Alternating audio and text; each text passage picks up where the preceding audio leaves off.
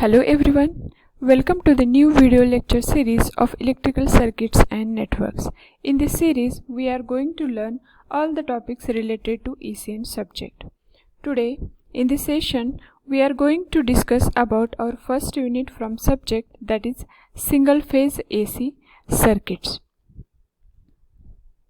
These are the unit outcomes of this topic. Compare AC responses in given types of series and parallel circuit, explain with sketches the phasor diagram of given AC circuit, calculate active, reactive, apparent power, power factor for the specified circuit, then calculate admittance, conductance and susceptance for given circuit, and interpret the working of given RLC components using initial and final conditions. We will take one by one. Before that, we will just recall some of the basics which we have already learned in the last semester in Elements of Electrical Engineering, which is essential to have in mind to understand these upcoming topics. We will start with very basics of circuits and network. The circuit is a closed loop through which electricity flows, and the network is just interconnection of circuit elements. These are the examples of circuits and networks. In the first figure, there is interconnection of voltage sources V1, V2 and the resistances R1, R2 and R3. This is the circuit as well as network, because there is a closed path for the electricity flow. In the next figure, we have the voltage source and resistance A, B and C. This is the part with voltage source A and C is a circuit, but whole is a network, as the resistance A and C can carry current as there is a closed path, but resistor B cannot carry current as there is open circuited ends. So this is the network, but this is the circuit where closed path is available for current flow. This is the main difference between circuit and current. All circuits are networks, but all networks may not be a circuit. Then electricity, voltage and resistance. We all know electricity or current is the flow of electrons in a material. Voltage is the driving force for electrons to flow, and resistance is the opposition provided by material to the current flow. In the first figure, this is the zoom version of a conducting material where atoms are shown with positive nucleus, that is consisting of neutrons and protons, with electrons revolving in the orbits. As electricity is the flow of electrons, these electrons which are orbiting around the nucleus are jumping from one atom to another atom, then next atom, then next atom. In this way, the electricity flow in the material. The next circuit consists of a battery, a lamp as a load and the connecting wires.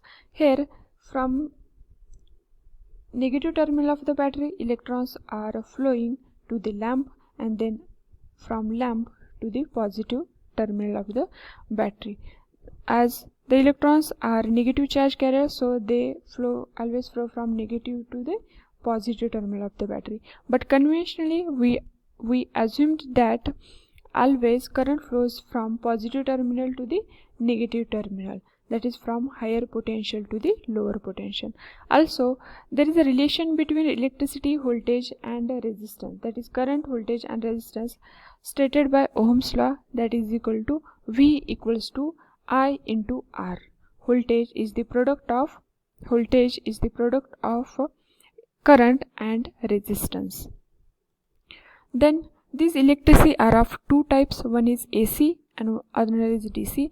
AC is nothing but alternating current. DC is called as direct current. As we can see in the picture, DC current, the electrons are flowing in only one direction. But in case of AC, if we observe carefully that AC flows in both direction. For one time instant, they are flowing in one direction, and another time instant they are they are flowing in opposite direction. If we zoom this conductor, we can see the direct current. Electrons are flowing in only one direction, that is from negative to positive. But in case of AC, the electrons are moving in both direction. The third figure indicates the waveforms of direct current and alternating current. Direct current having the constant magnitude throughout the time, but alternating current having the magnitude which is continuously changing with respect to time. The direction as well as magnitude are changing with respect to time. This is the main difference between AC and DC. We have more advantages of AC over DC, such as generation is easy, transmission of AC over long distances is also efficient, so we use AC mostly in the generation, transmission, distribution and utilization.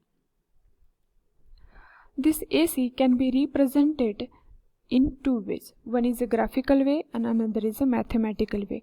Mathematically, the equation, in the form of equation, we can represent AC quantity as AC voltage small v equals to Vm sine of omega t, where Vm is the maximum value of voltage, omega is the angular frequency.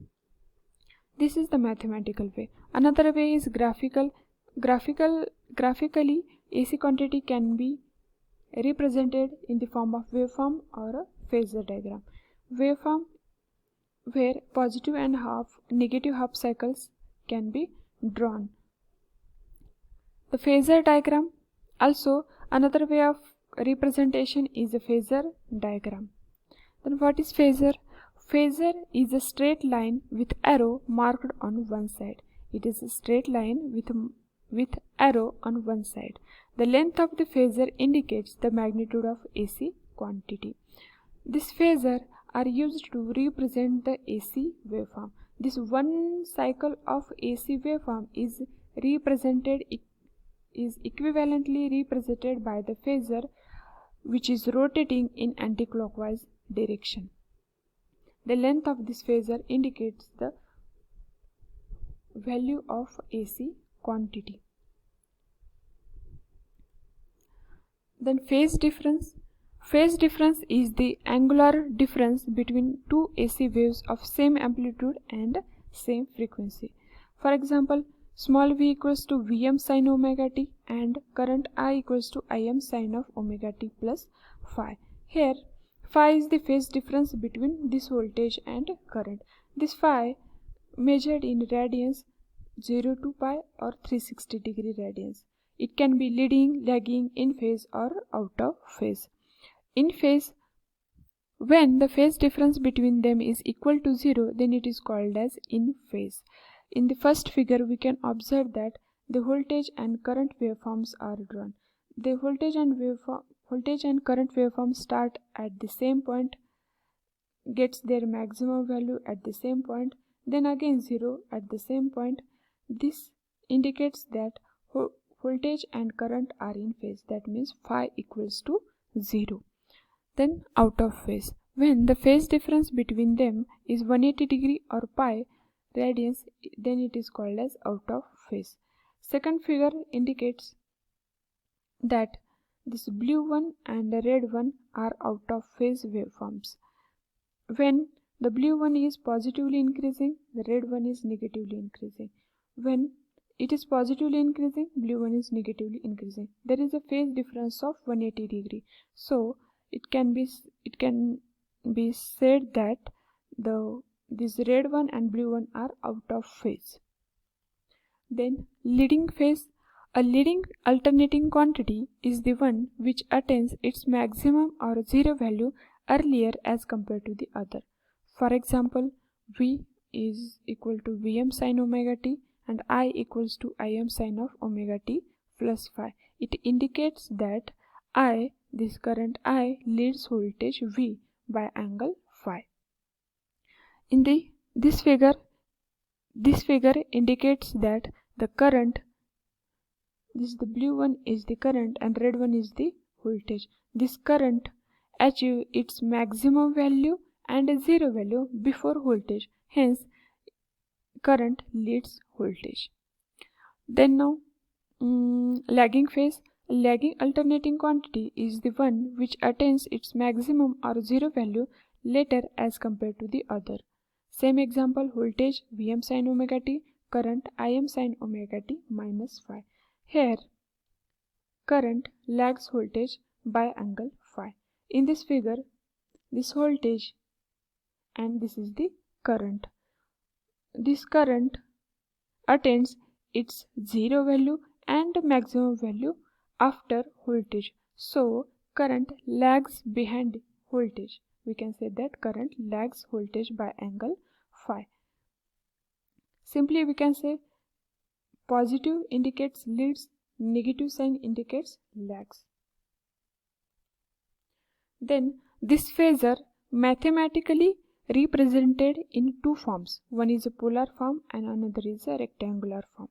For example, we taken V is equal to Vm sin of omega t plus phi, putting values V is equal to 20 sin of omega t plus 60, where 20 is the amplitude, that is Vm, and 60 is the phase angle, that is phi.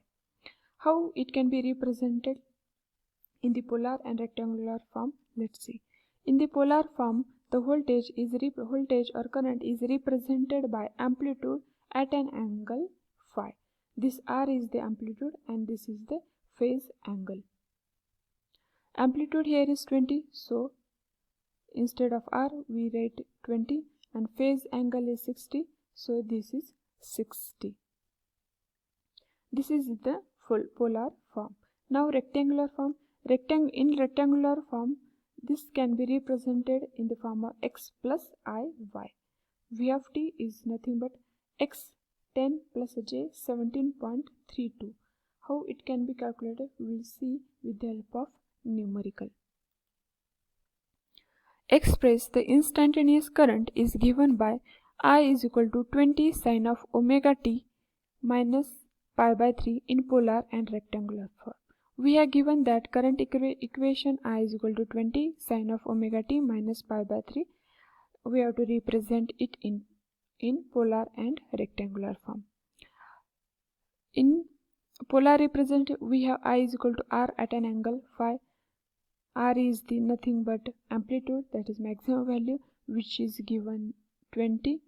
So 20, and phi is minus phi, as this indicates the minus sign, so minus phi. So equal to 20 at an angle of minus pi by 3. Minus pi by 3 means 60 degrees, so we can write I in polar form as 20 at an angle of minus 60 degree in ampere, as it is a current. Then rectangular representation, it is in the form of x plus jy. I is equal to x plus jy, where x is equal to r cos phi and y is equal to r sin phi. This is the real part of r and this is the imaginary part of r. So putting the values, r is 20 cos of minus 60 degree, we get 10, and y is equal to r sin phi. 20 sin of phi is minus 60, so minus 60, we get the value 17 minus 17.32. Putting values in this equation, we get I equals to 10 minus j 17.32 ampere.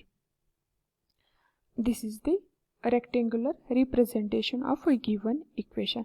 Thus, we can represent any equation, any AC quantity can be represented in polar and rectangular form. Next topic will be covered in the next videos.